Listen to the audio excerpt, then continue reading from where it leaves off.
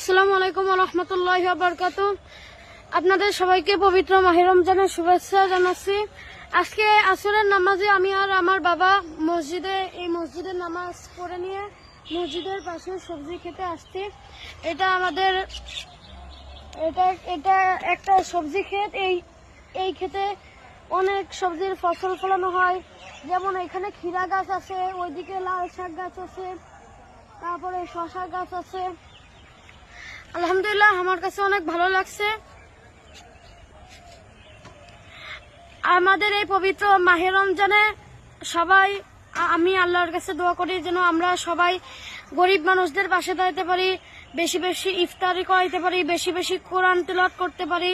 আমরা এই নিয়ত করব এবং আপনারা চেষ্টা করবেন গরিব মানুষদেরকে ইফতারি করানো।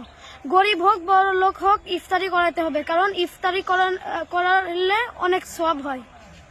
সবাই আমার জন্য দোয়া করবেন। আসসালামু আলাইকুম ওয়া রাহমাতুল্লাহ।